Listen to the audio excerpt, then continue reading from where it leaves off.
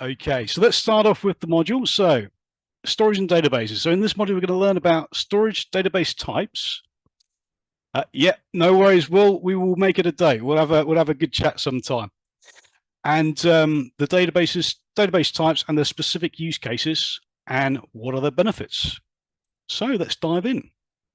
And hopefully we'll do a few little drawings along the way if anything can benefit from that. So in this module, we're gonna look at these different things. So we've got to summarize the basic concepts of storage and databases. We're going to describe Elastic Block Store, EBS, and its benefits. Describe Simple Storage Service and its benefits. Describe Elastic File System and its benefits. Summarize various storage solutions. Describe Amazon Relational Database Services, such as RDS, and describe Amazon DynamoDB. Also summarize various database services, which will be at a high level because they're not ones that are going to be as useful to get too in depth with because they're not going to come up about too much in your day-to-day life. So the roaring lions. Oh no, I think we've got AWS Patch Club might be coming our way. So that's Wild Hogs for AWS. Is that right, P. Bennett? You are a legend. I like it. Okay, so storages. So we looked at various different several areas of computing. So that was what you would have previously done in the last session, I'm hoping. So you're going for the compute side of the modules. So this time we're going to be looking at the storage that you select for your applications and how it can vary based upon the business operational needs. For example, we'll go to the standard coffee shop and the owners might need to store different types of data to support their application. So it could be temporary test files, photos displayed on the coffee shop website, and any transaction records, because we need a history of everything that's going on there, don't we? We need to know what's going on. Need a bit of insights.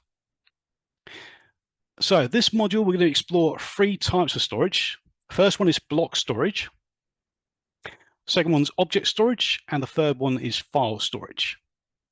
And each of these ones we'll have a little bit of discussion to see where they're going to be more suited than others and why we might choose one over another because of certain restrictions, either architectural that it has, or what benefits it's going to give to go with one over the other for each case. Right, so we're going to start off with the block storage. So block level storage behaves like a physical hard drive in a block storage. So files are separated into equally sized blocks. So maybe we'll do a little drawing for this one anyway. So let me just see if I can get my pen.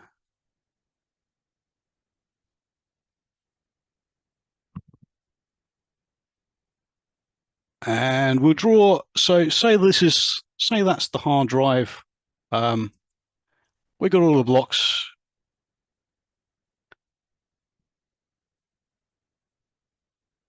And your file might be, say it's in letters, but this will make up a certain amount of the blocks of the actual drive.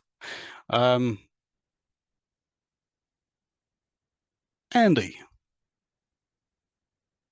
So visualizing this, we're going to see how it's going to relate to when you change things in a bit.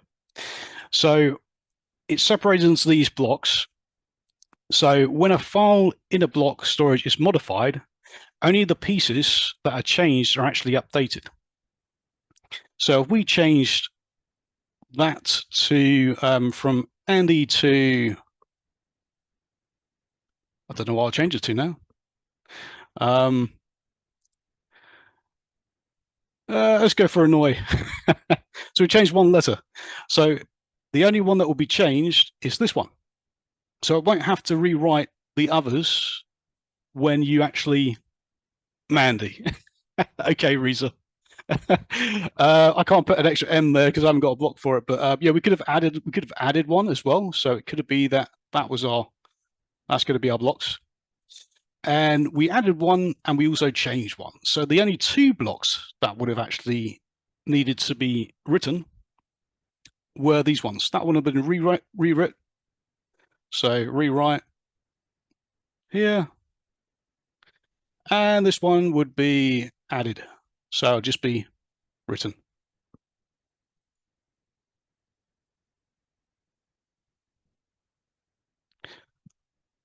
So we use block storage in a number of places, such as databases, enterprise software applications, and computer hard drives. So if we suppose that we make a change to a single file on the computer, judging by what we can see here, what's going to happen with the file? It's only going to change the two said pieces, isn't it?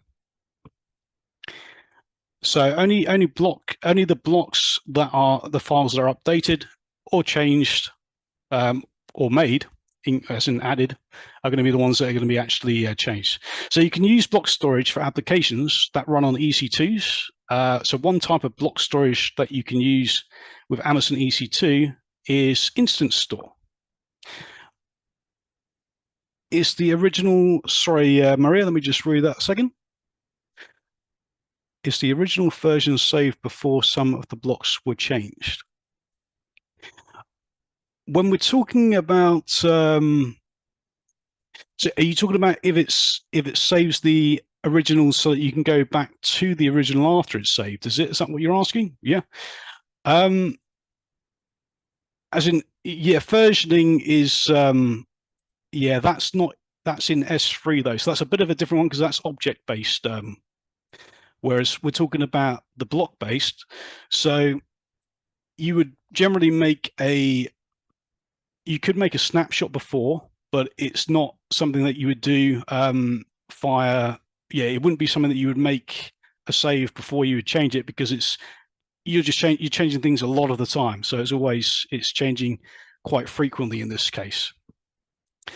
So no, it wouldn't be on this occasion, but when we look at object storage, then you'll see a little bit of a caveat or a little bit of a difference in that side.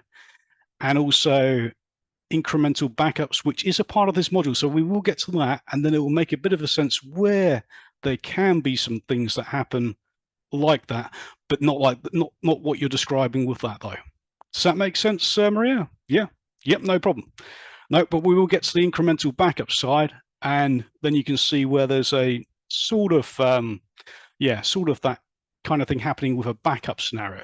But that's different from when you're just writing and saving. So it doesn't save before you do each change like that. Okay, all right. I think good evening, Wally. Good to see you. So instance store. This provides block level storage for Amazon EC2 instances. But if you stop or terminate an EC2 instance, all of the data that is written to the attached storage, it's all deleted. So it's because it's a part of that actual system. So it's like direct attached storage, like your hard drive within your computer. So if you've got your system at home, you've got your hard drive inside it, that's sort of like the way instance store is, except there is a caveat to when you shut it down within EC2s, which we'll probably look into in a bit. Hopefully that we'll have a chance to expand upon that in a second. So all the data is written to the attached storage, is deleted when you shut it down. So as you can see, you've got the steps, you've got the shutting down, it stopped. So what can happen sometimes when we stop an instance? What generally, when you boot it back up, could it do? Does anyone know?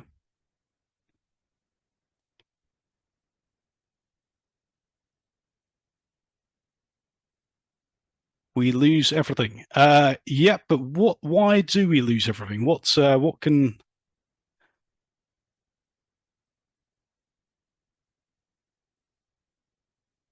I'm not quite with you, Will. So you're asking what would be used in such a filing out, filling out a form with a timer active? Yes, the memory is ephemeral. So Yeah, we'll go into EBS in a second. But sometimes what can happen is it can be moved onto another machine. So when you shut that down, the attached hard drive to that machine, if it's going to be booting up in another machine, you haven't got that storage. So that's why it's ephemeral. So that's where we can look at the next system or the next service, which is Elastic Block Store, which can solve that problem for us. But some of the things to note about Instance Store is, say you're using, say you need the most extreme performance, Instance Store can be a lot higher performance than EBS can. So there is some use cases for using it where it's speed based. Others it's because we know we're going to lose everything if we shut it down. Does that make sense to everyone? Yep. Good. Yeah, maybe Mark. Yeah, no worries. So we'll look at the EBS volumes next anyway. So actually what I'll do is, just so that we can visualize this, I think, because we're going to go through the different storage types, let's just draw a quick VPC and a map of like where we can visualize it for afterwards. So let's say we got our region, and we'll have a VPC within that region.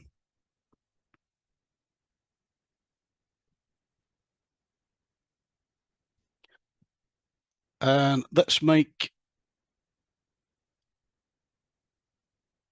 a few availability zones.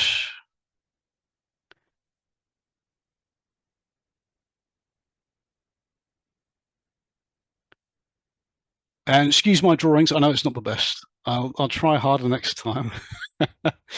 I won't put the subnets in, but let's assume there's subnets. And actually, no, I will put the subnets in. Let's just have a couple subnets there too.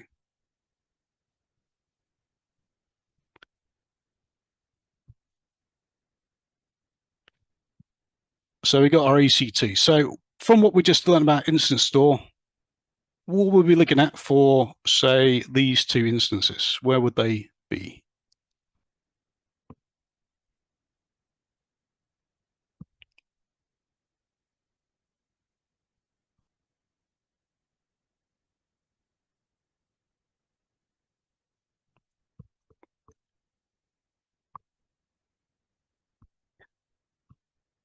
Be right attached to, wouldn't it?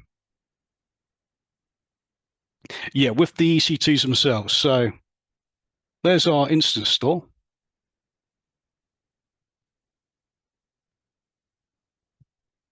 And we've got another one attached to this one. It's shut down. So if this one is shut down here, and then it's booted back up, so someone starts it up, startup, it could be anywhere else on in them data centers within that region. So within that availability zone, sorry, not region. So it could be that it's going to go to another machine somewhere over here, and it's not going to have the same instance store, is it? So it's gone. That one's gone. You've got a new one. It's blank, or it's got where you're loading onto it because you've used maybe an image with or a snapshot. No, image in this case, because it's yeah. So I think that's good to start off with, and then we'll come back to this diagram and we'll put in where the EBS goes after, so we can get a bit of a visualization of like, okay, how's it differentiate when we're visualizing it on an architecture. So let's move to the next slide with the EBS volumes. So Amazon EBS, so we've got a service that provides block level storage again for volumes that you can use with EC2 instances. But if you stop or terminate an EC2 instance, all of the data on the attached EBS volume remains available.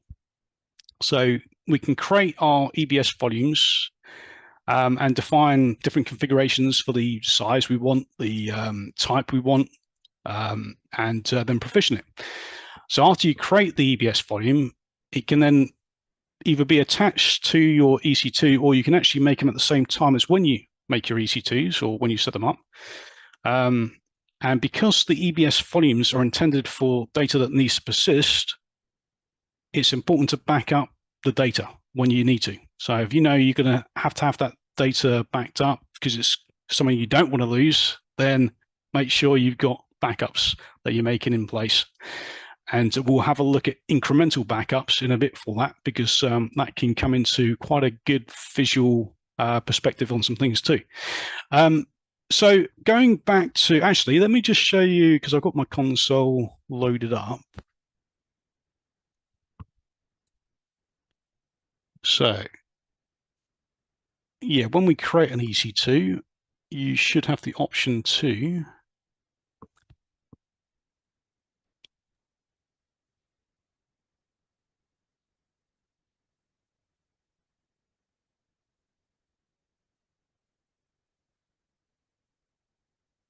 configure storage. So that's your root. There's your root volume. So we've got our instance store, and then we can add a new volume, which will be an EBS volume when we're creating our instances. Then we can choose the type depending on how much performance we need in different areas. So won't go into these because that's quite a lot of different information that you can talk about then.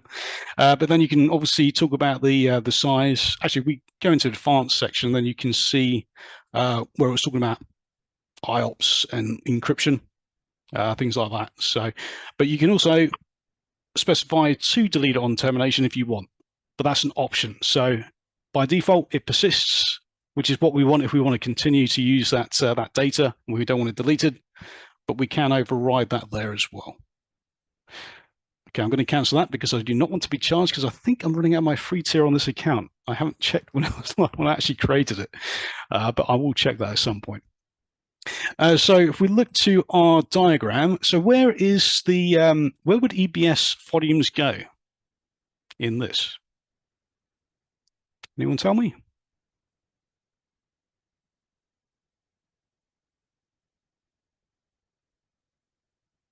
Who's been doing their homework? Let's have a look. Close, Mark, but a little bit broader.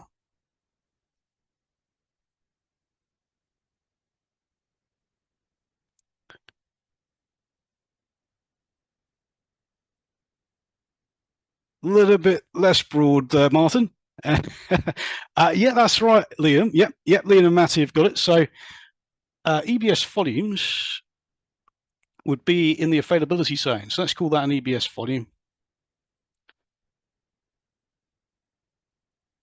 Yeah, so EBS volumes, we can actually we can move them from, we can detach them from one instance and attach them to another.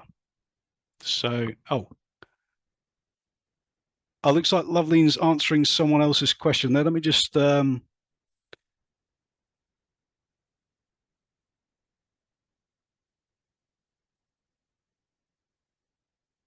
you're going a little bit over the CCP level, so I'll leave that for whoever you gave that to, Lovely. But thanks for pasting it in for that person as a chat.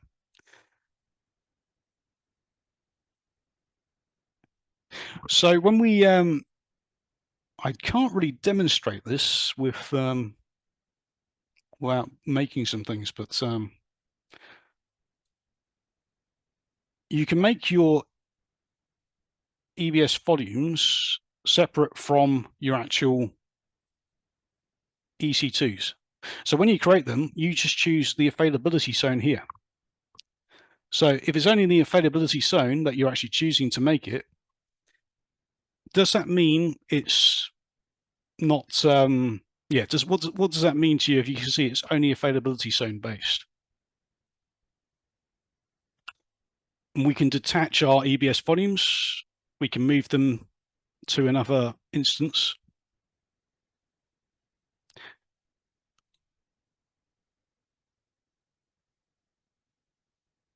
Not quite on that level, but yeah, that we'll talk about on one of the next one of the later storage types. But yeah, it's availability zone based. So within that that zone, you've got your data centers where it can be patched in. So it's like a external hard drive that you got your cables, but you can run it through the different areas of the availability zone. That's as a symbolic way of looking at it, or to reference it. So we could move this one to, we could attach it here, or we can attach it later on. We could detach it from here and let's scrub that one out, and then we can reattach it to here instead. So we can move that around to different instances depending on what we want to use it for.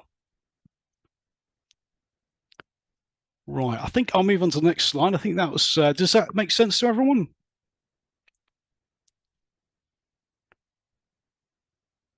Or any questions regarding that?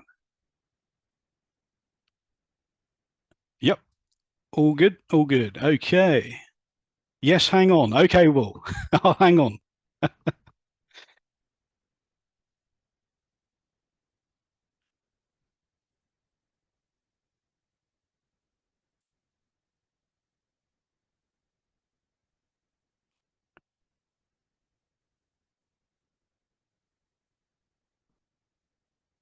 Yes, so yeah, your EBS volumes, that would be a part of them, the data centers that make up that availability zone.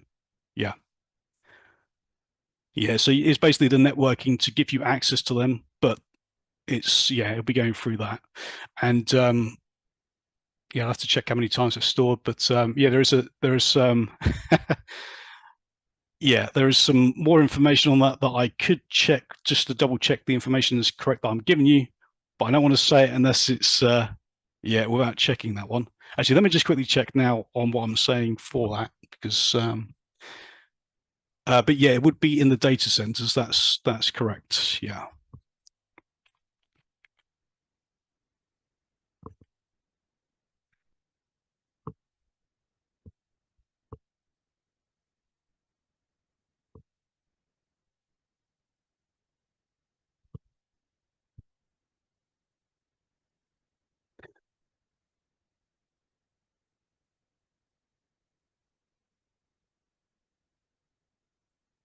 Yeah, I'll actually have a look at that in the break, what I was trying to find out for you. But yeah, it's stored in the data center, so that's not the thing that I was looking for. But I can't seem to find a quick and easy one for what I'm looking for. So I'll come back to you on that one. Yeah.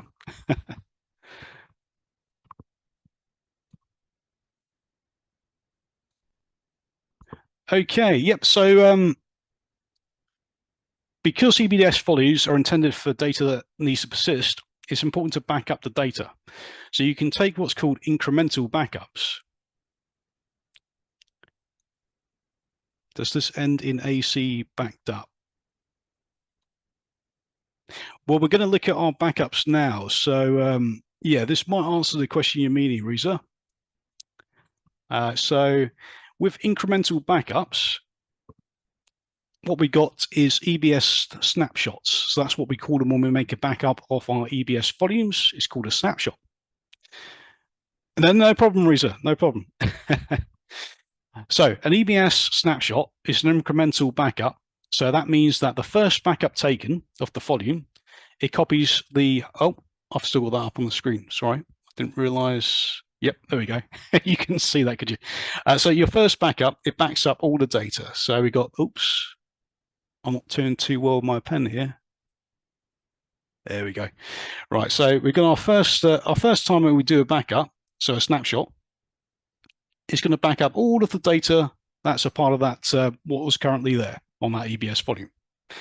Now, for the subsequent backups after that, it's only going to update, it's only going to save the blocks that have changed or been added to that backup. So like we were just looking at the block store, when we added a letter or changed a letter, it's the only parts that need to be added to that second backup to make it a full backup. So it's using the added and changed data plus the unchanged data, and then you got two separate backups. You got your backup from before day one, you got your backup number two, and you're only using the amount of data that requires the first backup plus anything that's changed So you're not having to rewrite all of the data a second time to make it a full backup. So it's reducing down that need for the excess storage space that you would use if you wasn't using this technique, utilizing the fact that it's block storage and only save the data that's only add the data that's saved to that snapshot. So incremental backups are different forms. They're different from the full backups. We could do a little visualization on this if you want. Would you like a visualization?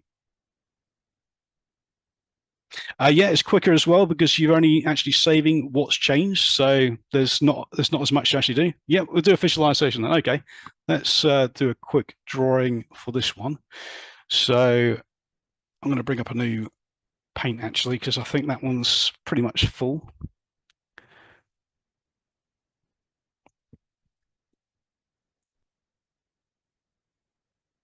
Okay, so we use a similar drawing to what they've done, but we'll just add a few bits to it just to make it a bit more visual. So I'll just name this incremental backups.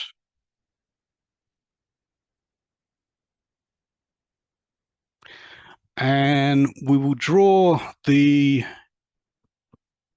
let's take the two that they did as well. Oh, that's a terrible drawing of two pieces of data. And let's say that so that's the first backup, so signified by the 1. And let's say they're 1 gigabyte for each one of these disks. They won't be in real life, but just for argument's sake, we'll try and keep it round numbers to be less confusing. So if we got there, that's the first backup. And then we've changed some data and we've added some data. So that changed data and added data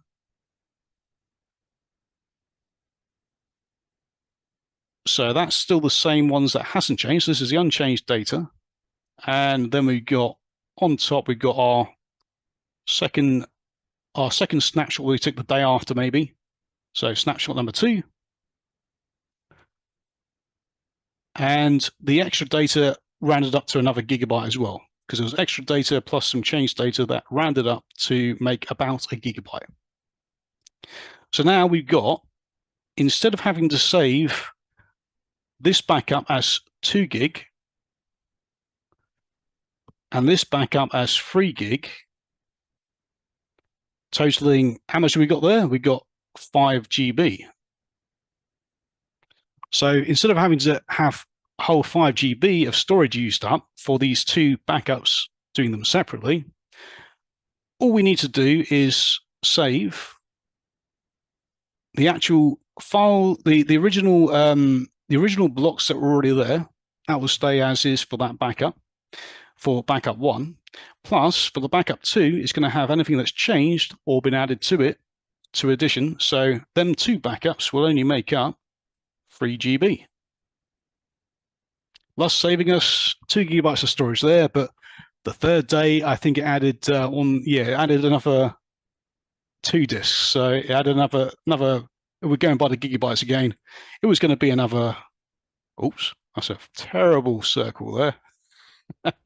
So the third day, we had another 2. So that was another 1 GB, 1 GB.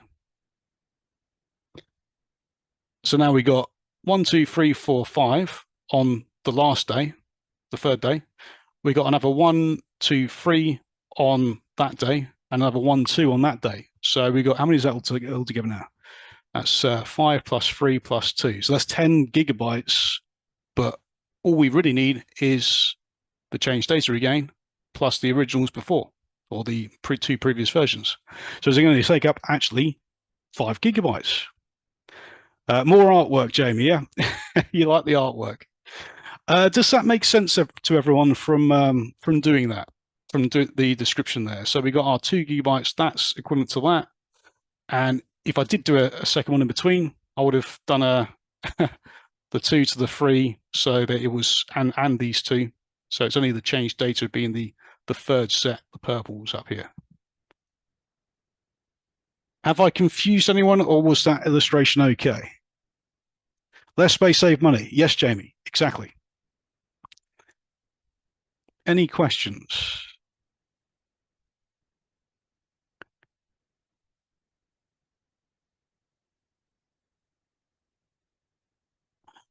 Yes, no, yes, no, no. Okay.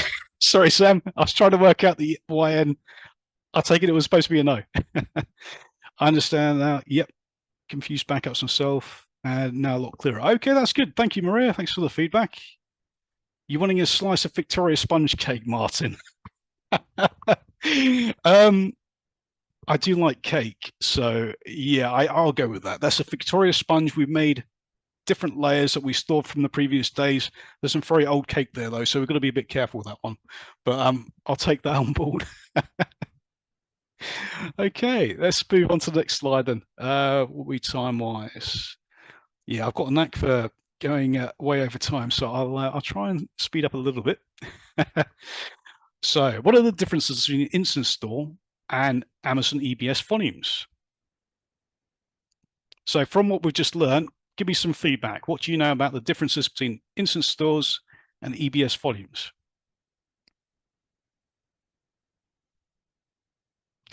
Yep, Instant Stores, yep, they lose their data on termination or even stopping and starting. So it's not just termination, Sam. That's one thing that could be a little bit, you could get deceived by without knowing that it's actually even stopping, because when you start it back up, it could be on a new instance. So lose all that data. Yep, so deleted data, the deleted data is saved when it's on the EBS volumes by default.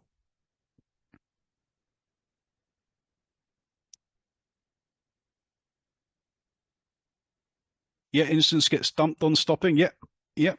Poor chap. And the EBS is outside of the instance. Yep. So it's not attached to directly to the instance. It's more like it can be patched in, so to speak, with the interfaces.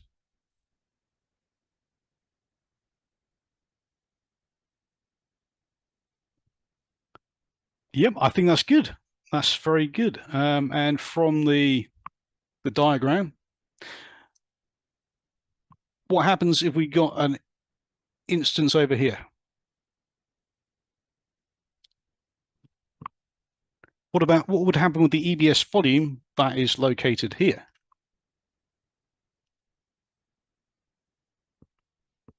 Can we move that to this particular instance or not?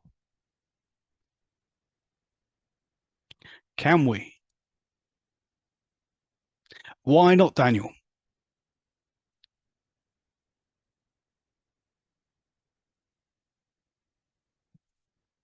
Because it's AC located. Yep. So because we got our, this is why I drew this out, just so that we can show visibly, visualize like the actual location is within this availability zone. So it's not to say that we can't make a snapshot and then make a copy in another availability zone, because we can do that.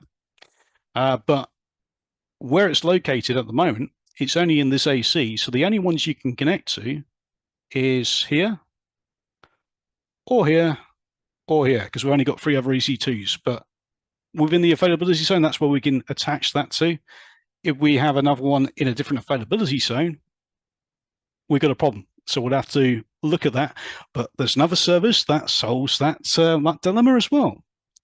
But we could, if we wanted to, just move it across by making a snapshot into the other availability zone and then attaching that snapshot that we made a EBS volume new in that availability zone with that snapshot, or from that snapshot, and then attach that one there. But we'll see something else a little bit later. But yeah, that's good. More cost, yes, Will. You would have 2 separate EBS volumes, one in each availability zone, if you were just duplicating them for what purpose you might have for that. Which, yeah, there's lots of different things that purposes that you could have for that. But yeah, there would be the. But also, it's not some. Oh, gone through. No, that's the same slide we're on. You can't attach them to multiples at the same time as a rule of thumb, with one caveat, which is a special type of instance that can. So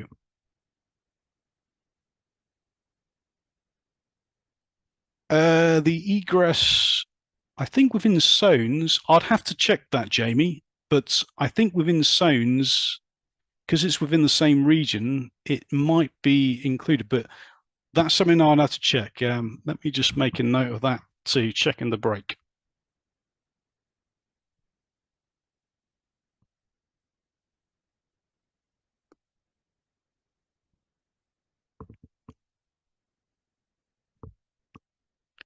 So you're talking about EBS, if you're talking about the egress traffic from one zone to another, are you talking about the actual snapshot itself when you're moving them across? Yeah. Or copying that across?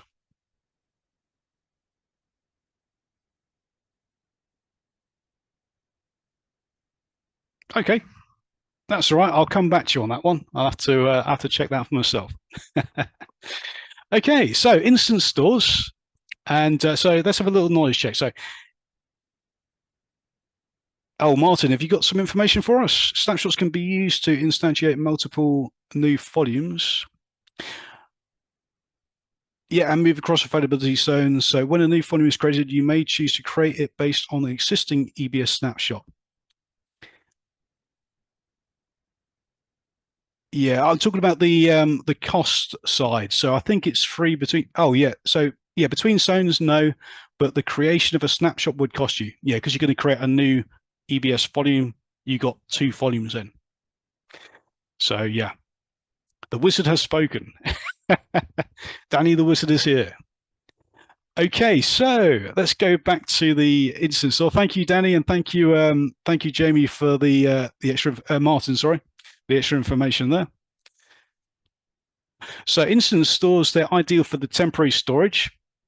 It's not kept long term, and when stopping or terminating an EC2, all the data written to the attached instance store is deleted. So that's not just terminated, as we just said, it's also if you stopped it. So you've got to be a little bit careful if you boot it back up and you've lost all your data. So it's and then Amazon EBS volumes are ideal for data that requires retention. So you want to keep that data. You shut down your EC2, you still got your volume, your EBS volume, still got all the data on. Yeah, I don't think there's anything more to say on that really. So the next type of storage we'll look at is object store. I can't actually read that. That's coming up a bit too small on my screen there, Martin. But oh, you got the snapshot storage.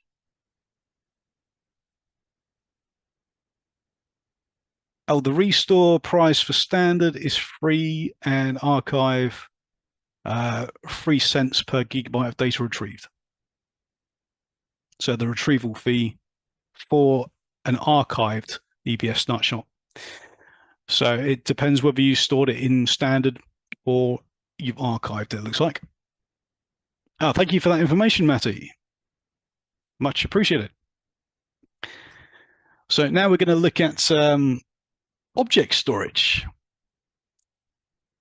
So in object storage, each object consists of 3 things. So you've got your data itself, like your actual, might be your Word document, it could be a video, it could be the actual data of the music, whatever you've got there. You've got metadata and also your key. So let's have a little breakdown of some of these. Yeah, let me just bring up my pen again.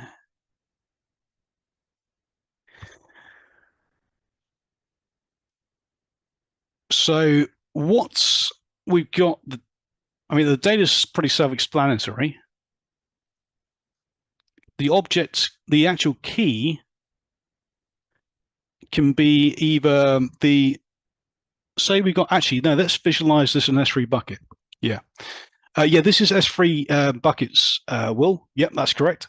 So if I bring up my console here, and let's go to my S3 buckets, and we'll go to my website one. So we've got here,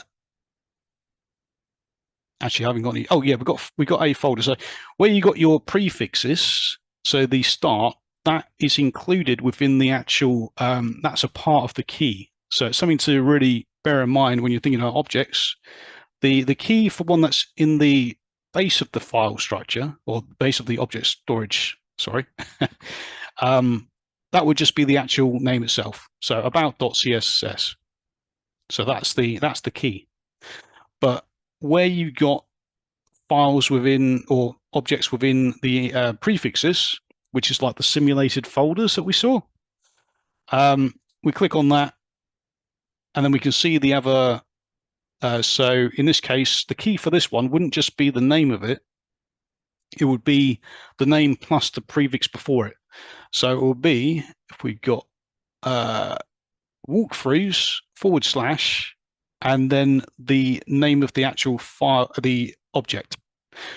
Does that make sense? So we're in buckets. Yeah, makes sense to you, Sam?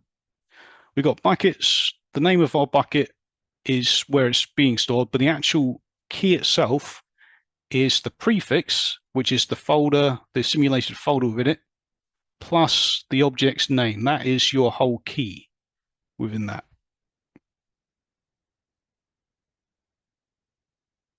Okay, I think that's as much as I can go into that one.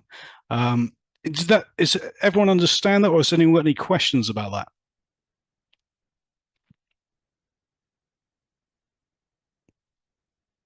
All good, all good. Okay, all right. Actually, we could just so that you can see metadata. I can, yeah. I'm just going to quickly show you metadata just so you can visualize it. It's not important to go into granularity for, especially not for CCP, but just so that you've got something to reference it with a bit of stimulation of a visual. What we'll do is let's just go for an easy object. Let's go for the about HTML. So if we wanted to get the metadata from this particular object, we've got some that you can see within the permissions, I think it is. Is it permissions or just down here? Oh, no, it's just down here. Nope. Tags metadata. Yeah, so some of it's just in the objects here. So you can see this is the system-defined piece of metadata, the content type, and its value is, so it's a key value. Content type is the key. The value of that piece of metadata is it's a text.html content type. So folder is key, and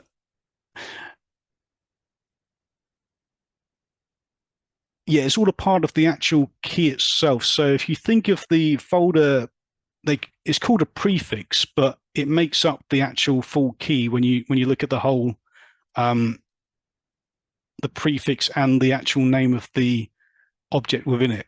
So that whole thing actually makes up that key itself when you're calling the object or when you're trying to access the object. So that's where the key is a little bit, yeah, it's just, it's important to know that that's a part of the key as well, not just the actual object within that prefix folder. So like folder / version ID. Not like a version ID because it's actually just a part of where you're storing it, but it's a virtualized folder, which is like it's the name of it because it's not actually a real. Trying to work out a better way to explain that. Yeah, I'll see if I can work out a better way to explain that. I will do, but yeah, but it's not versioning. No, it's not versions. It's purely the actual space. Like it's like virtualized folder. It's like a virtual folder system, so that you can look through your hierarchy of your S3 buckets and have some kind of structure to it. But because of the folder system, because of that virtualized folder system, like a prefix with the prefix, that is actually a part of the key to actually get that object. Yeah, if I can work out a better way to explain, I'll have a think about that for next time, maybe, because I can't think of a better way to illustrate that at this present time. But yeah, I'll have a think for next time. So what you can do just to see like a run of metadata, I'm just going to quickly get that. So that was in. Yeah, let's just pick this one. So it would be. So we can use. Yeah, don't worry about what I'm doing here to get it, because that's outside of the scope of CCP. But just so that you can have a little visual of what's. So it's S3 API, and it's the head object. Then we've got the bucket is www dot,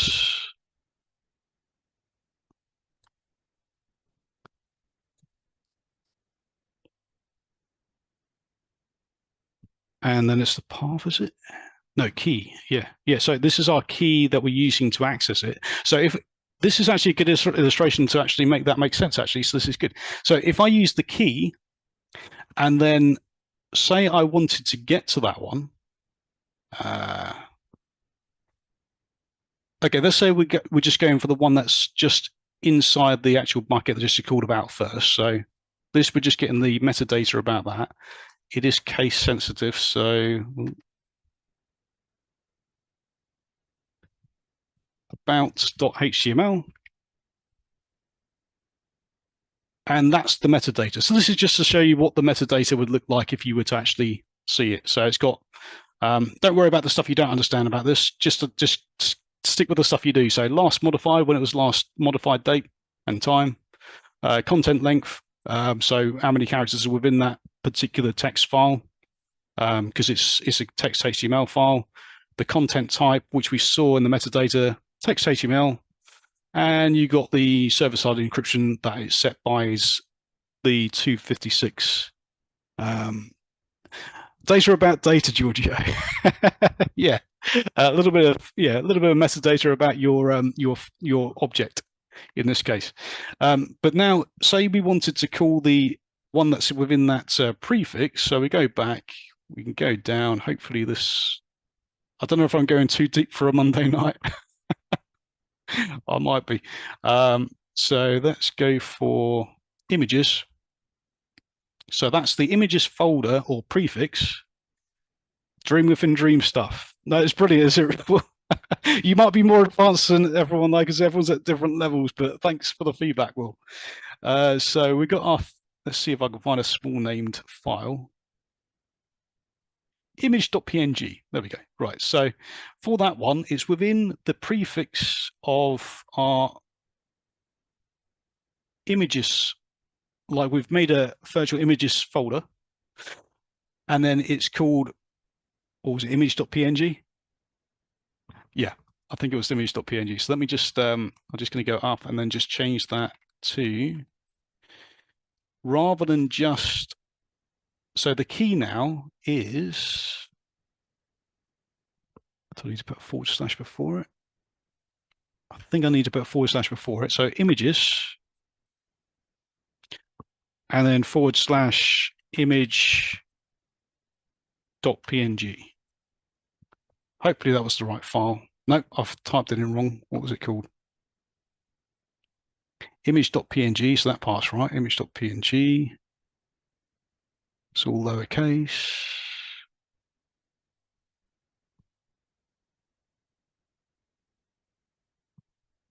Let's go back a layer. Oh, images, right. It probably just doesn't need the / at the start of it, I think.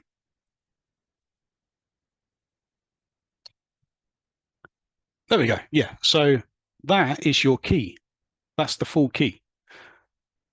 Does that make sense from seeing that like that now? Or does it make more sense? Who was it that was asking? Was it Sam? Yeah. Yeah. Okay. So yeah, that's your full key. Images / image.png is the full key. Brilliant. Okay, Moser. That's good. I'm glad that makes sense now. Sorry, I went for a roundabout way to explain it, though. but I found a way. Okay. Right, let's move on to the next slide then, because I think I'm going to run out of time unless I move through these a bit quicker, which has I did do I've done before. So why isn't that's not moving forward now? What have I done? Oh, I'm still in writing mode. There we go. Right. So yeah, so Amazon Simple Storage Service. So we got the service. The service provides the object level storage for S3, stores data as objects within buckets, like we just saw. We've kind of looked through a bit of that just then. So you can upload any file type to S3. So you got all your images, like we saw in my website folders, videos. I could have had videos in there, text files, and so on and so forth. So you might. You can also store your backups in S3 and media files for your websites, archive documents, things like that. So Amazon S3 offers unlimited storage, but the maximum file size we can have as an object in S3 is 5 terabytes.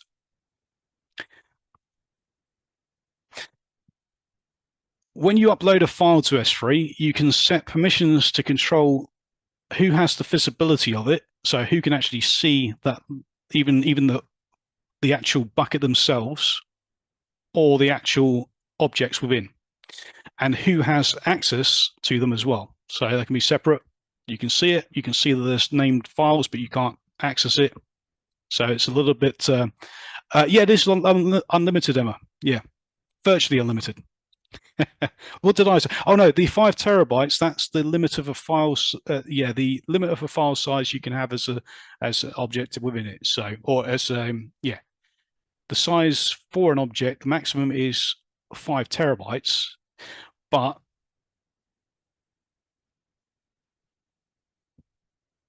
and Danny's giving you a nice explanation. That's quite a nice one, actually, Danny. I like that. Yeah. So how to easily explain object versus storage types.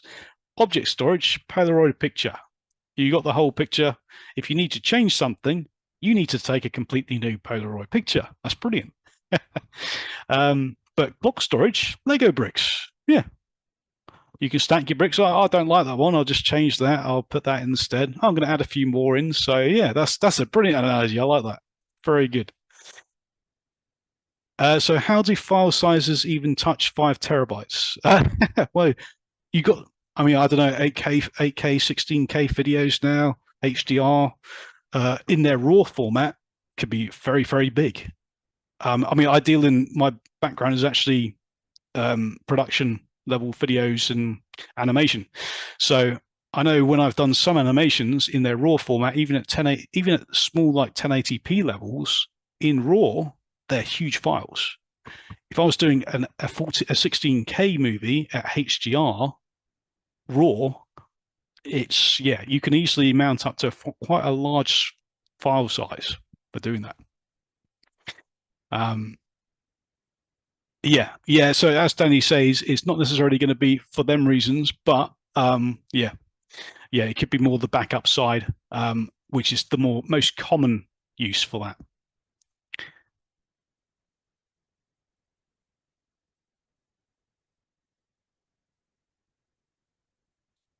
Right, I think let's have a look. No, we won't go for a break quite yet because I haven't even finished the storage and got onto databases. So hopefully I finish.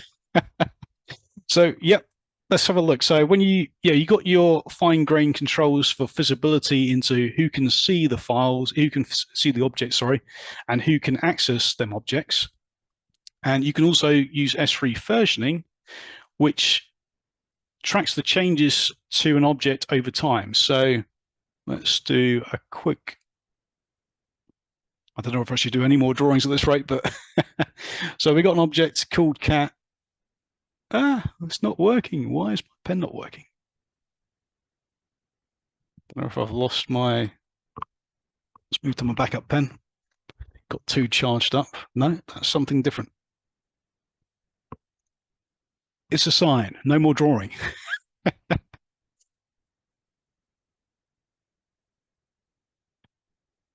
Have I tried turning it off and on again? Let's give that a try, but I think you'll lose everything if I do that. Um, that's really stopped working.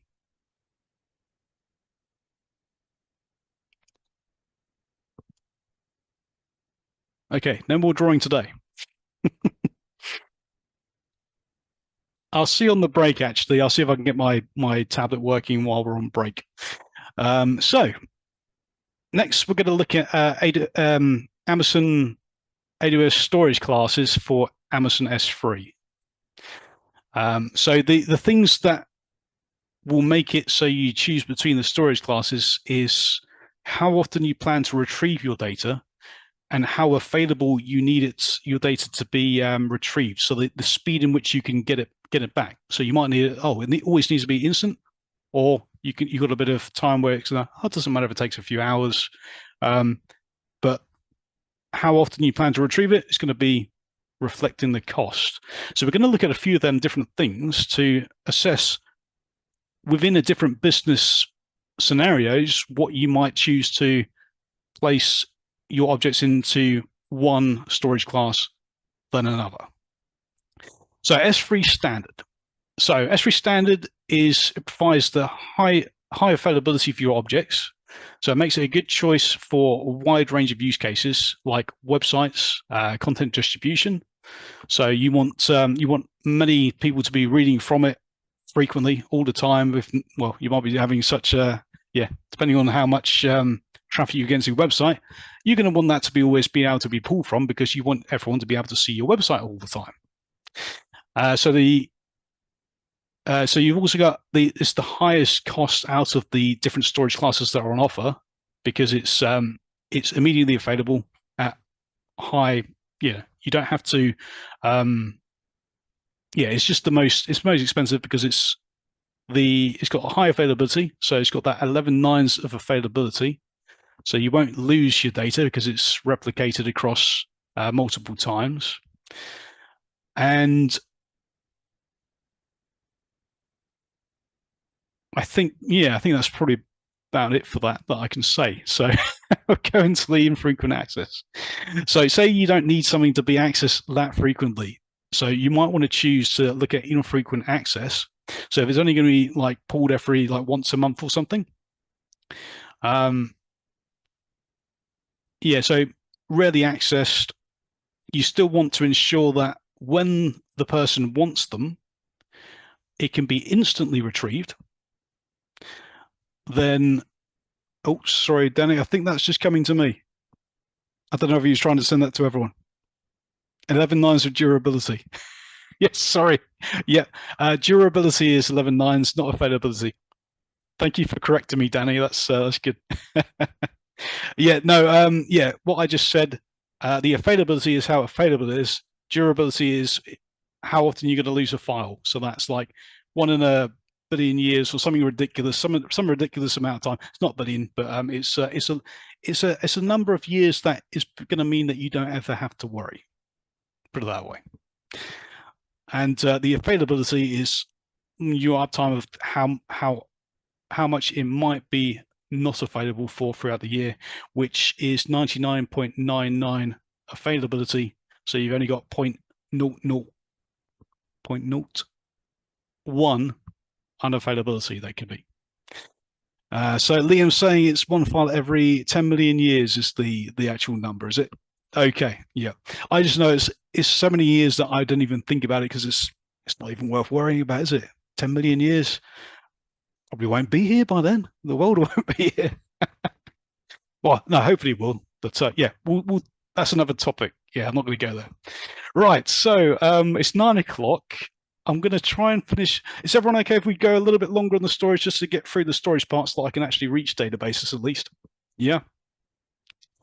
Okay, I'll try and go through these a little bit quicker then. I'll try and speed up a tad. So so we know that that's if we want the ideal for infrequent access data, similar to standard, but a lower storage price. So it's going to cost you a little bit less because you're going down a storage class, but the difference is you've got an actual cost to retrieve that data. So if you need to pull from it, or take a file or an object out and use it, you've got an actual retrieval fee to do that. So if you're accessing it too frequently and you've got something in standard infrequent access, you might be actually costing yourself more money because you got, maybe if you put that into a website, or you put a website and people are just constantly like do, it's going to be a problem. You're probably going to be paying more money than you're saving. Yeah, that's the minimum time to change into that storage class 4. I believe that's 30 days is the general how long infrequent the data should be accessed across. So it's also stored in, like we said about the availability. So it's stored across the availability zones for that durability because it's stored multiple times. But the availability 99.99 of I don't really go back into that, I think so. But yeah, lower storage costs. So compared to S3 standard, S3 standard IA has lower per terabyte storage price, and but suppose there's a few objects that you access only once a month. If you store these objects in S3 standard class storage, you would pay for higher storage price for the objects that are suited for S3 standard IA.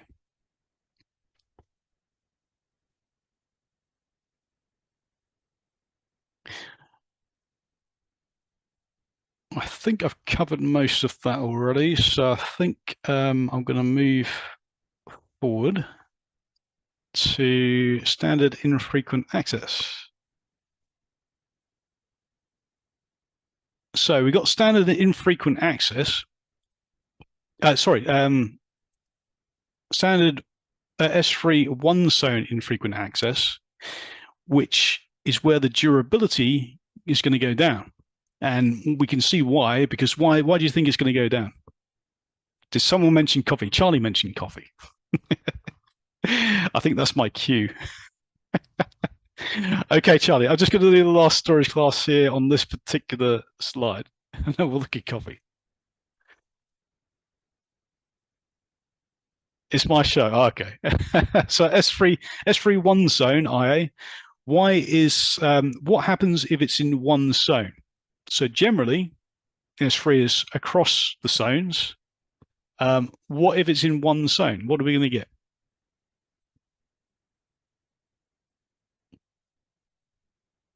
It's going to be less durable, isn't it? We're going to have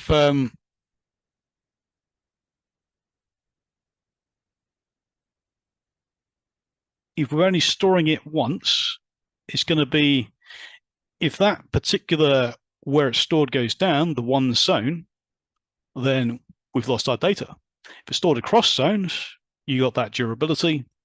You got that, that zone's gone down. It's okay. We've got the other two, or however many it's in, across as our backups. Minimum of how many day? Not sure quite what you mean. Do you mean how long is it going to be stored within one zone IA? One zone IA is basically the same as standard infrequent access, except it's only in one zone. So it's for infrequent access still, but it's only storing your data in one place. So it's going to be cheaper because it's only stored once. But if it's something that you need to have and it's critical that it doesn't get lost, you might want to consider being in standard infrequent access still. So that's the thing that would make you decide things. Do I want to put it in standard infrequent access, or is it, it's data that doesn't really matter if I lose it? It's going to be rare that it gets lost, but if it does, it's not going to be the end of the world. Standard S3 one zone infrequent access. Depends what we mean by gone down. I mean, I said that kind of arbitrarily, but it's say there's an eruption and all the data centers are all gone for some reason, or a flare goes off and a nuclear what they're called. I forget what they're called now. You know, the flares that can make the they can knock out whole data centers and all the hardware. EMP, that's it, Charlie. Yeah, that's the word I was looking for. Electromagnetic pulse. Yeah. So if you get an EMP goes off or from a flare from the sun, that can potentially, it may never happen in our lifetime, but if it does, then it's got potential to knock out a large area. It could be a whole region even. But we don't want to think about that because that's a scary thought, because I think a lot of people would be in a very bad situation, melting and whatnot. And yeah, that's a horrible thought. Don't go there. Right. So moving on swiftly before I go down a rabbit hole of solar flares, I think let's take a break. Yeah. Who's up for a 10-minute break? Should we say back at 20 past? Yes, Charlie, you get your coffee. Yeah. Okay, everyone, go and get your coffees, get refueled, get your brains working hyper speed, and I'll try not to drink too much and go too fast. Although maybe I need to go fast. Maybe I need a coffee. I will see you at 20 past 9. Okay, is everyone back? Can I get some yeses in the chat? Yep. Hello, Eva. Hello, Sam. Hi, Martin. Yep. All good, all good. Oh, Matty, what's that? That better not be green tea. Yep. That looks nasty. Yeah, I think we're just falling out, mate. All good, all good. Okay, right. So let's just get rid of that text on the screen.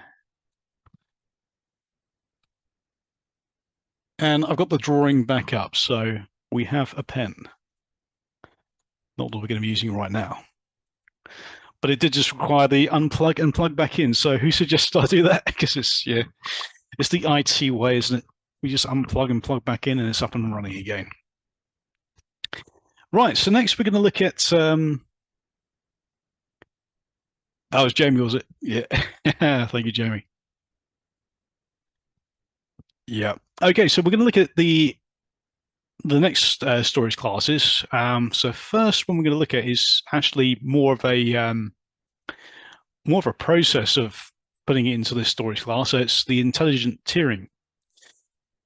So this we're going to talk about if you've got unknown changing access patterns for your objects. So you might consider storing these within intelligent tiering, because one object might be accessed every day, another object might be accessed once a month, another object might be accessed almost never. So intelligent tiering is a storage class that kind of fulfills this need, because we don't know. So it monitors the object's access patterns. So if you haven't accessed the object for 30 consecutive days, S3 will automatically move it to infrequent access tier. So it's then reducing your cost, and it's not been retrieved. It's not been retrieved that often. So anytime it does get retrieved, it's probably going to be not a lot, so that it's not going to cost you so much with that storage retrieval fee that you get with infrequent access. So you can access an object in infrequent access tier, and Amazon S3 automatically moves it to the frequent access tier if it's accessed again. So it's going to be putting it back into that tier if it does get accessed. With the intelligent tiering, though, it's there is a small monitoring and automation fee per object. But the benefits of intelligent tiering will likely outweigh the actual cost of that. So yeah, depending on what your business is doing. Yeah, so it's going to monitor the object access patterns, and you also do not have to manually move them into the storage classes. So you haven't got to look to see what's being accessed a lot. I'll manually look at them all and try and store them all together and move them into what access tier you want. It's going to do it automatic. So less overhead for you, small fee for doing it. I think for me that's a win, because I don't like having to work out 1,000 files or 1,000,000,000 files, maybe, depending on how big your S3 bucket is. Even just my small one for the website, I wouldn't want to work that out. Yeah. So next we have the archival sort of tier ones. So we've got, like we said before, it's all about how quickly you need it, and how often it's going to be retrieved. So we got with Glacier, you got two options. The first one is Glacier. So these are the lowest storage classes, lowest cost storage classes that are ideal for data archives. So you might want to use these to store archive customer records or old video files. I mean, talking to Charlie about this the other week. I've got about 30 terabytes of hard drives filled with my old videos. Very rarely access them, so would be ideal for the cheapest storage class. So when deciding between Amazon S3 Glacier and S3 Glacier Deep Archive, we can see there's two different options for the time that it takes to retrieve an object. So this will definitely come down between how much you need that quickly or not, because Glacier Deep Archive is going to cost you less to store it, but you've got 12 hours or up to 12 hours to actually retrieve that object back into use. With Glacier, it's a few minutes to a few hours. So let's actually just write this on here so that we can. So 3 mins to up to 3 hours to get your objects out. And then we got the 12 hours here, up to 12 hours to retrieve. Charlie's given some extra details there. So standard retrieval typically completes in 3 to 5 hours, according to Charlie. Oh, okay. So up to, yeah, okay, so up to 5 hours from that. So let's next we're going to review the storage classes and have a little think about some of what we can look at. So knowledge check. Let's see who's been listening. You want to store data that is infrequently accessed but must be immediately available when needed. Which Amazon S3 storage class should you choose?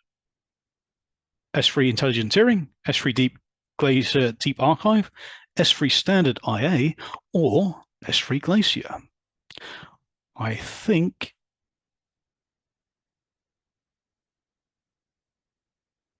almost everyone's got that correct. Yeah.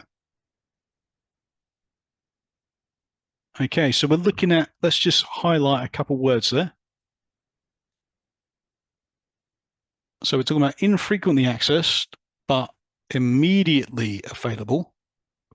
So what's the two that aren't immediately available there?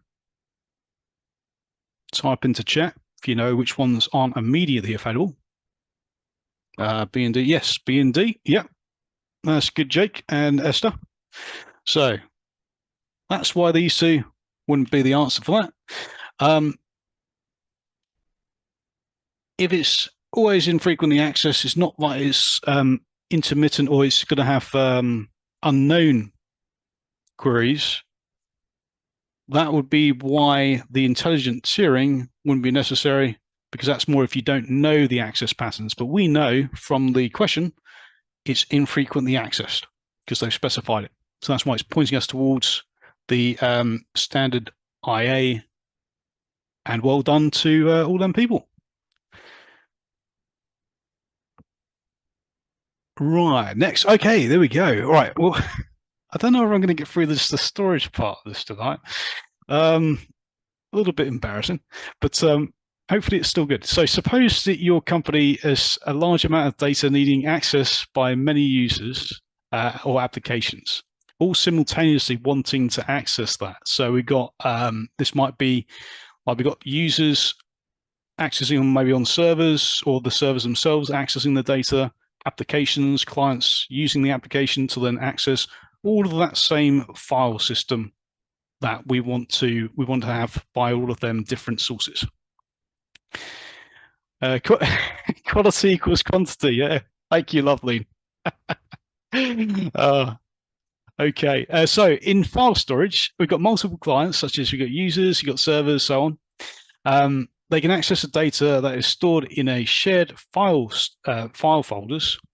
In this approach, a storage server uses block storage, so it's block again. So it's not the object side, this is the block storage again, with a local file system to organize files. So clients can access data through file paths, like you got on your like you got your Windows, you can go through all your file paths to access them, but you want multiple servers, multiple applications and users to be able to do it. So compared to block storage, and object storage, file storage is ideal for use cases in which the large number of services or resources need to access the same data. So let's have a look at Amazon EFS, which stands for Elastic File System. Oops. So EFS, Elastic File System, is a scalable file system which uses, you can access it from cloud services as well as on-premise, or your on-premises resources can access it too, depending on how you set it up. There's a little bit of setup involved with another service, but it's not a part of this slide deck, so I won't go there. But it grows and shrinks with the amount of storage you need. So it's elastic. So you don't necessarily have to provision the size of what you need, and it can scale up to petabytes without disrupting the applications. I'm not sure what that Shelby is, 6456. I'm not sure where that come in, but might be a typo. So suppose, oh no, that's all right, Shelby. Yeah, I didn't realize. I was wondering if that was something I was trying to understand. I was trying to interpret it. So suppose there's multiple applications need access to your data in EFS, so Elastic File System. Elastic File System, all at the same time, but without affecting the performance, because if we just had a EBS, that's going to be, you've got a lot of bottlenecks that you're going to be going through, and you can't do the multiple attach unless you're using a certain type of instance, certain type of EC2s called Nitro, which only goes up to a certain amount as well. So yeah, don't worry too much about that. I shouldn't have probably said that. It's a bit too far. So one of the differences in EBS and EFS is how the two services work within and across availability zones. So we drew that out, and this is another thing we're going to be drawing on. Okay, what is this actually fulfilling as a need that EBS can? So an EBS volume stores data within a single availability zone, and to attach an Amazon EC2 instance to the EBS, both Amazon EC2 instances and the EBS volume must reside within that same availability zone, like we did that little demonstration. So by contrast, EFS is regional. So it stores data within and across multiple availability zones that allow you to access the data concurrently from the different availability zones that are within that region. So what can we see if we bring up the that, if I can find my paint. There he is. Okay, so we've got EFS. Where am I putting EFS here?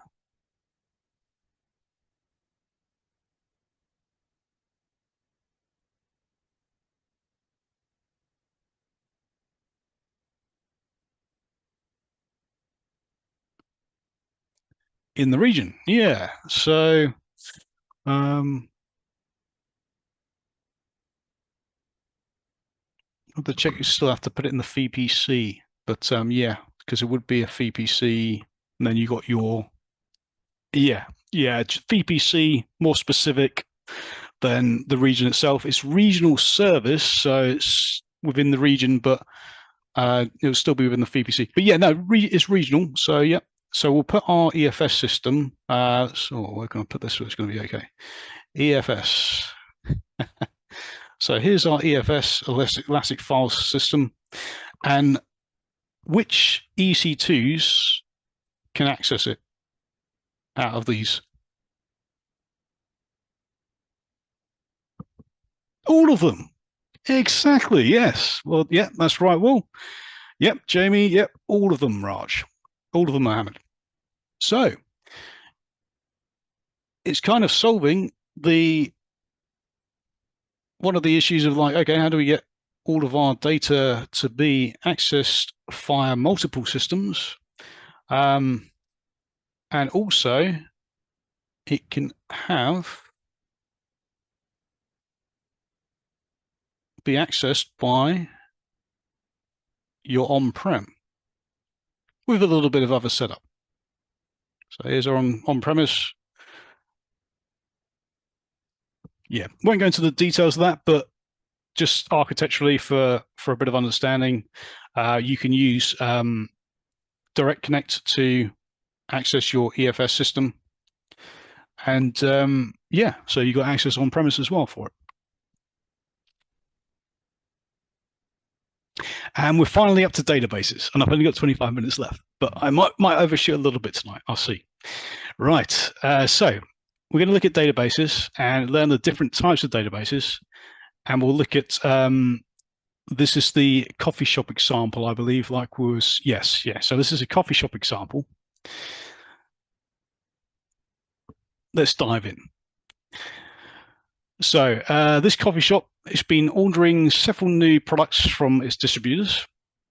Employees are finding it difficult to keep up with the entire new inventory. To fix this issue, the coffee shop owners plan to create an inventory management system. You can't see it on screen. Yeah, thank you. Appreciate the heads up. Yeah, so this is we're looking at relational database versus non-relational first within the context of what I've just been saying. So sorry about that. So the owners decide to create a digital reward application for this. The owners must track information such as the drinks that the customer orders, the amount of the customer spend, and in this process of designing the new inventory management system and rewards application, the coffee shop owners decide to use databases. Makes sense. I'll do the same. So a database is an organized collection of structured information. So the coffee shop owners need to ensure that they are choosing the right type of database for their two different use cases. So AWS offers a variety of database services to support different business needs. So database types are relational databases and non-relational. So we can see with, I don't know if it's good to do an illustration this late in the day. I'll let you guys decide. Do you want an illustration? Please, MJ? Yeah. Does anyone not want an illustration? Maybe we should ask that first. Okay, I think do say no quickly. If there's one no, then I'll take that as there's more no's than there is.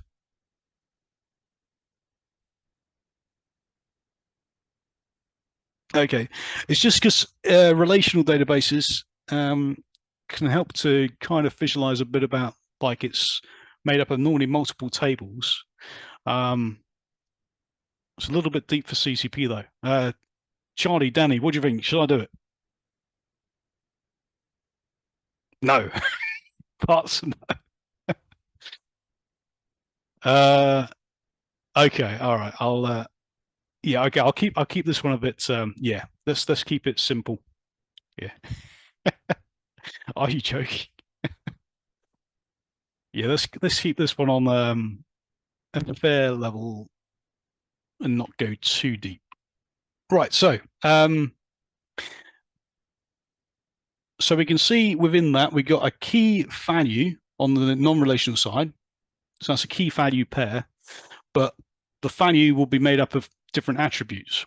So I don't know if you've done your DynamoDB in your lessons yet. If you haven't, you look forward to that because you'll get a nice you have a nice demonstrations and be able to do some labs on that, and it will open up a lot of that information so that you can understand that more fully. I might do, if we've got time at the end, I might do that demonstration for the relational side though. So, okay. In a relational database, data is stored in a way that relates it to other pieces of data. So an example of a relational database might be the coffee shop's inventory management system, and each record in the database would include data for a single item, such as a product name, the size of it, the price, and so on, as you can see on that that database little table there. So relational databases use structured query language to store and query the data. This approach allows the data to be stored in an easily and understandable way, consistent and scalable. So as an example, the coffee shop owners can write a structured query language to query to identify all of the customers whose most frequently purchased drink is a medium latte. So you can learn more about databases looking into RDS, but yeah, we'll dive into a little bit at the end if we got time, which I don't think we will, but I'm being very optimistic now. Right. So Amazon RDS. Let's have a look at RDS then. So this service allows you to run relational databases in the cloud in AWS. So RDS is a managed service, so we don't have to do all of the provisioning, the hardware database setup, the patching, the backups. So it's taken away a lot of that differentiated heavy lifting away from us, so we don't have to do all that side. Managed by AWS. So with the capabilities, you can spend less time completing administrative tasks and more time doing the more innovative and sorting out your application, giving new features. So you can integrate Amazon RDS with other services to fulfill your business and operational needs, such as using Lambda function, AWS Lambda, to query the database from a server application. So a little drawing. Oh, tell me off, people. So we got our application running on, let's say it's a bunch of EC2s. We'll just draw one, and it's the wrong color because I haven't changed it, and it's looking very ugly. That's a horrible EC2. There we go. I'll name it so it is. And yeah, it's taken some details and put through an order to send in whatever format is going to be calling the backend. Actually, this is going a bit too advanced, I think. Generally, a JSON. It might, well, actually, no, we'll be converting this into SQL to query the database through the Lambda function, which might be written in another language. Yeah, I'm going too deep. I'm gonna stop going into a rabbit hole that could lead us into dangers. But then it's querying the database RDS.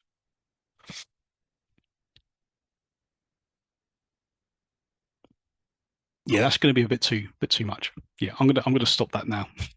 Yeah, sorry, Danny. Okay, yeah. So Amazon RDS, it provides a number of different security options. So RDS database engines, they offer encryption at rest and encryption in transit. So that's our encryption while it's on the actual storage, and encryption when it's in transit from one to another service. So like we've got the Lambda function here. That was useful for some reason though. So yep, the encryption of the actual data in transit to other things that you're integrating with, or to the end user at the end of the app, maybe.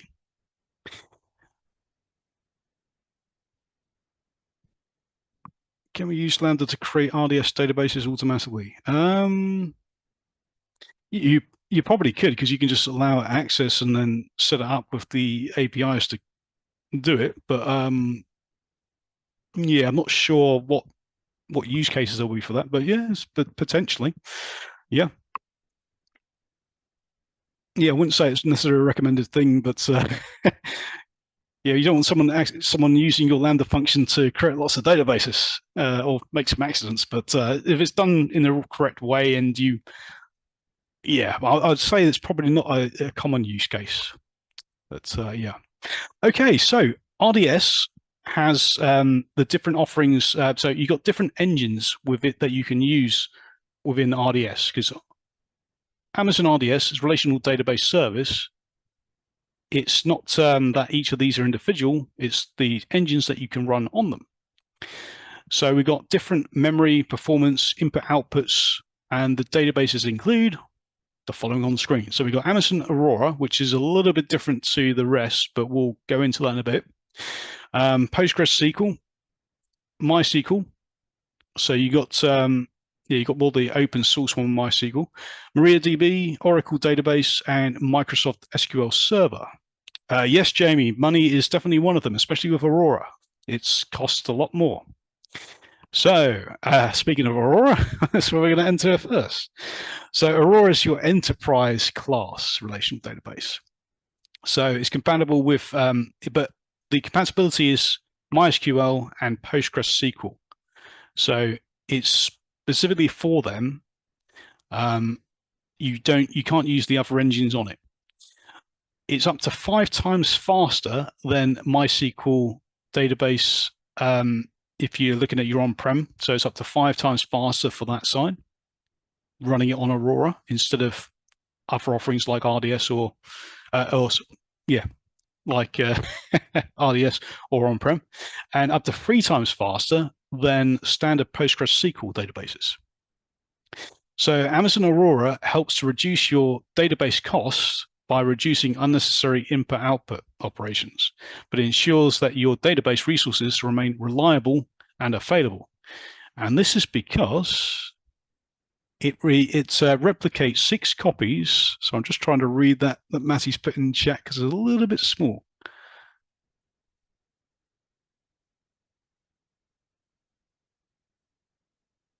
Yep, that's all right, Matty. No worries. I'll I'll have a look at that later, I think. Yeah, so consider Aurora if your workloads require high availability because it replicates 6 copies of your data across 3 different availability zones. So if we imagine, actually, I don't think we need to draw that because I think you can all visualize that from the pad. Oh, wrong one. Yeah, so imagine you got 3 availability zones. Forget about the subnets here. Just know that it's across. You got 2 versions and each of them 3 availability zones. And it continuously backs up your data to Amazon S3 as well.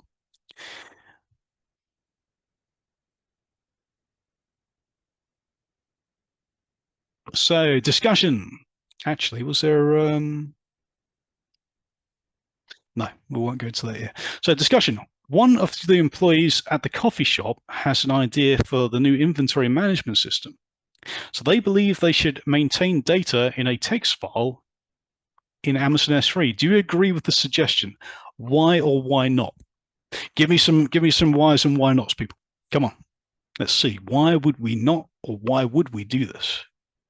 They want to store it in a text file in Amazon S3. No, but why? Text file would take more maintenance. Yeah, that's one thing, I guess. Yeah, that's one part. Maria, very good. Not user friendly. Yeah, it's not user friendly. What about the what type of storage it is? Yes. Yeah. Well, yeah. So objects. What do objects need to do when you change something?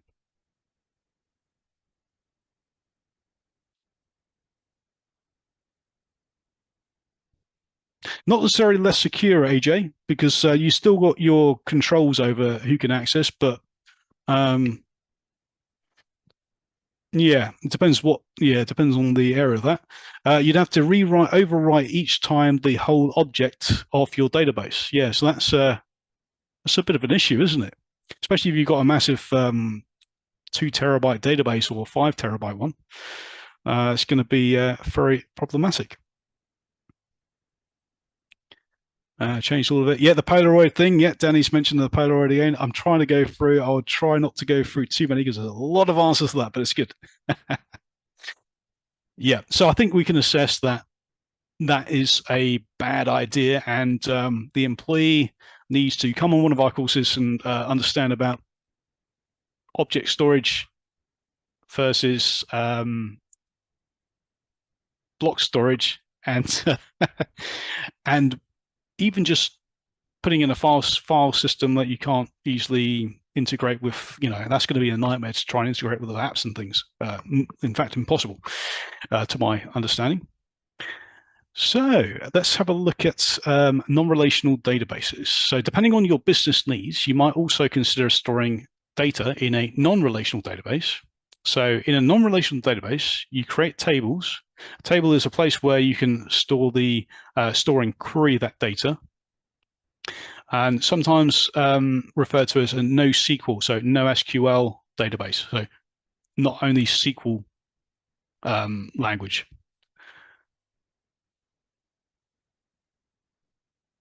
Yes, Raymond. Yeah, we'll be getting to that, hopefully, if we've got enough time. So what we got is one type of structured approach for non-relational databases is a key value pair.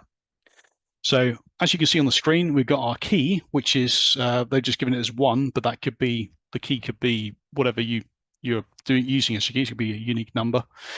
And the value of one in the key is this person. So it's John Doe with the address 123 Any Street, and favorite milk is a medium latte. So the coffee shop might use a key value database to organize its customer information for the rewards application that they're building. So a database could include data pairs, such as name equals John Doe, address, so that key for the values, and so on. Or there'll be attributes within that. So it's, I have to rephrase that for myself. But non-relational, yes, Raymond. Yeah, DynamoDB is non-relational. That is, you're one step ahead of me, though. You're one step ahead of me. So in a key value database, you can add or remove attributes. So with the attributes we got, the keys, the number one, then you got the attribute. So attribute name is John Doe in that attribute. The attribute called address, you would have the 123 Any Street. The favorite drink, you would have medium latte, but they don't all need to be exactly the same. So you can have them attributes for this this one key, or key and value, and then for this one we haven't got the favorite drink, but we've got his birthday. So you see, different. You have the table.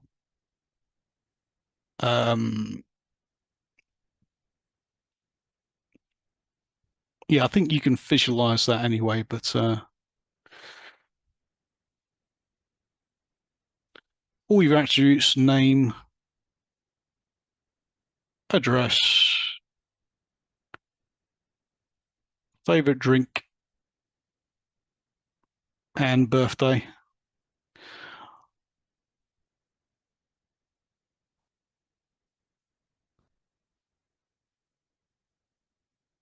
Person one had the favorite drink, so they had an answer in here. Person two had it in here. They didn't have it in the others. So you don't have to have the full amount, or the full everything filled out. Could you search for everyone on Main Street? Yes, you can. Yeah. Yep. So yeah, I mean, there's plenty of labs on DynamoDB where you can practice searching and things. Some brilliant multi-lab ones as well. So do take a look. But if you haven't got there in your sessions yet, wait until you get that in your weekend training, and it will all make a lot more sense. So, yep, that's basically the non-relational. It doesn't have to have all of the attributes filled out. So you can also add more as you need to. And that's called basically the schema isn't set. So you can add to the schema of them attributes. You can add more, and at your heart's leisure, really. Whereas relational, it's structured, it's set, it's relational. You can't really change things too easily. If you do, it's going to be a nightmare of a job. Right. I think that's as much as we need to go into on that for now. Yeah. So here we go. Amazon DynamoDB. So this is for you, Raymond. So you've obviously looking into this quite a bit anyway. So Amazon DynamoDB is a key value database service, delivers single-digit millisecond performance at any scale. What do you mean by types, Eva?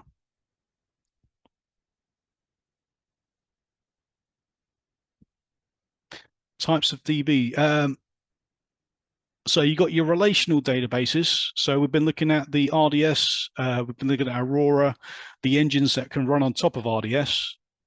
Then non-relational, where you've got like DynamoDB, which is just about to look at, where it's the key value databases, but they're not a set schema, and they're not needing to have joins like multiple tables to reference another and pull information.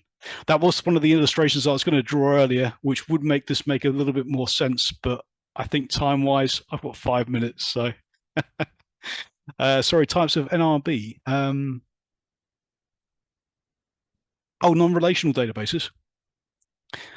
Yeah, so that's what we're going to look at. So we'll go through the offerings that AWS have in this one.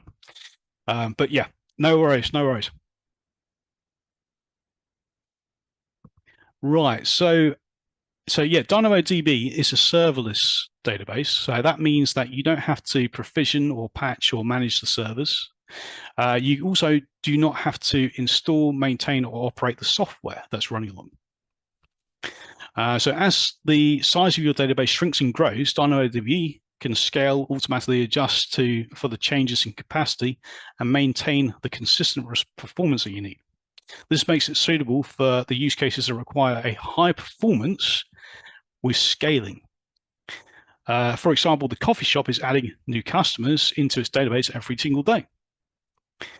So the database solution needs to be able to continue to provide high performance while automatically scaling for them increasing customers. For this reason, the coffee shop owner decides to run their customer database in DynamoDB. So the coffee shop owners also must ensure that the database can handle an increase in requests during their popular promotion times.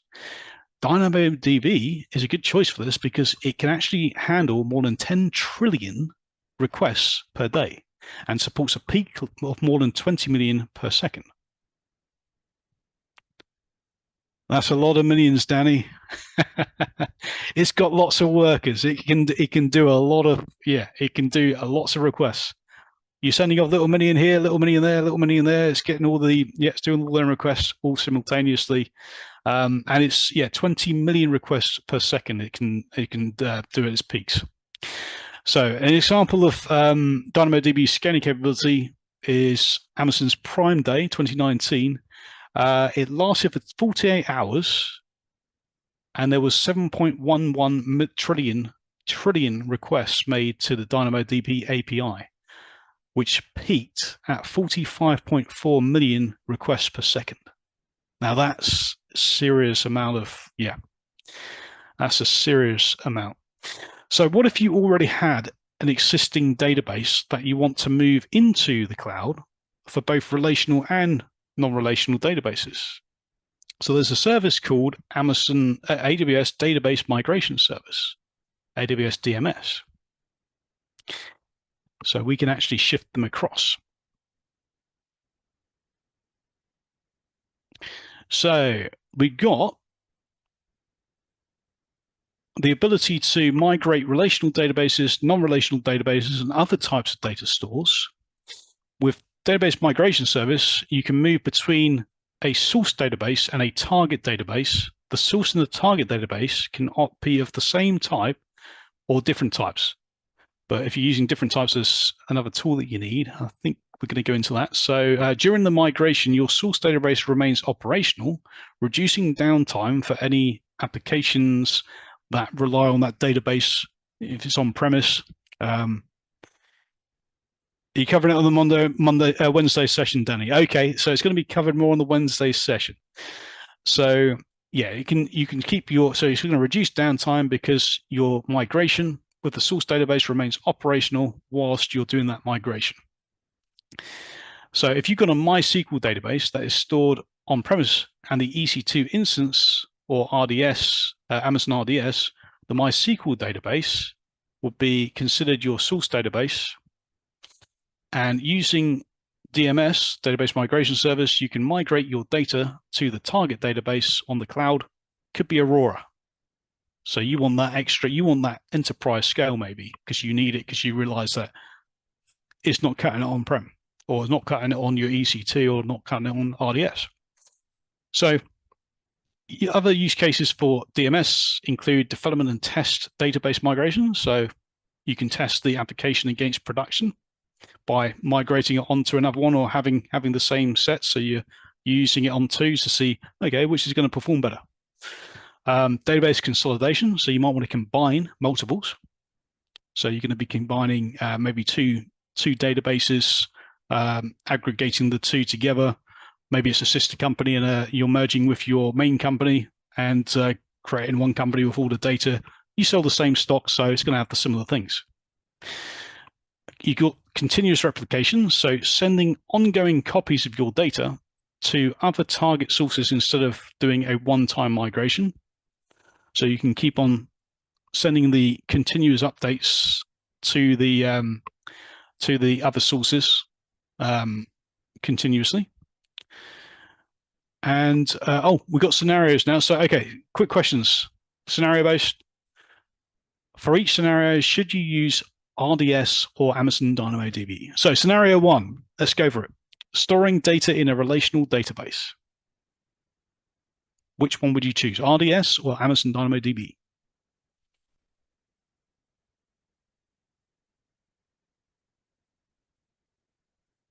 You're learning good. Well done. Well done.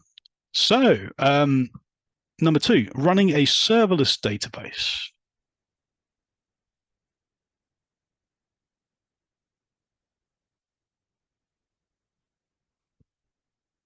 Chaos DB, yes, Charlie. Yep, DynamoDB. There is also a version of Aurora that is serverless, so there's a little caveat to that, but don't worry too much about that. But yeah, for ones we talked about tonight, definitely DynamoDB. Storing data in a key value database. Which one's that? Yep, and using SQL to organize data.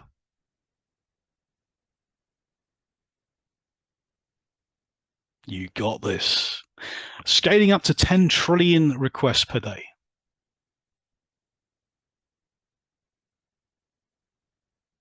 Minions. Yes, Danny. I like it. Yeah, DynamoDB. Yeah. Storing data in an Amazon Aurora database.